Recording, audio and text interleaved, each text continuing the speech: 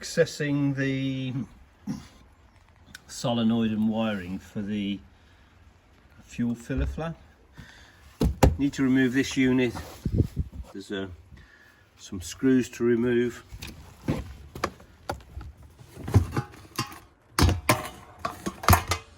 And then there's some more screws to remove around here. That plate, just need to remove some screws and then you can pull that up and out. And then that exposes this area here. And there's the solenoid. In my case, I'm trying to find out why the light is permanently on the dashboard, whether the door is open or closed.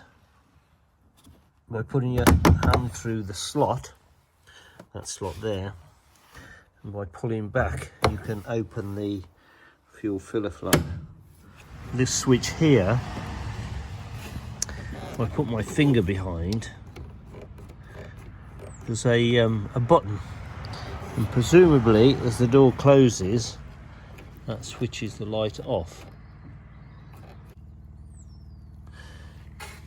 Taken the two wires off and you can just physically screw it out.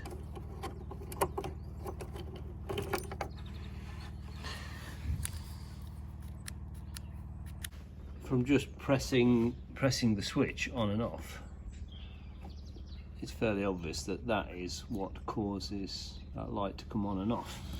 I can't see what causes that to operate. Just see my finger poking up. That's the hole at the top.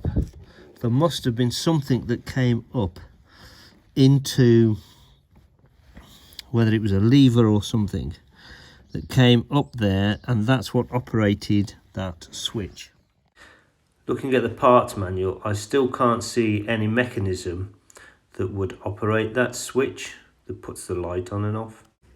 I can see this little area on the flap would have perhaps come into contact with something that would have been in there. I'm going to disconnect that fuel flap light. I'm going to replace the fuel flap light with the ignition light that's connected to the alternator. I will disconnect the feed wire there and wrap that, leave it in place. On there at the end were these two washers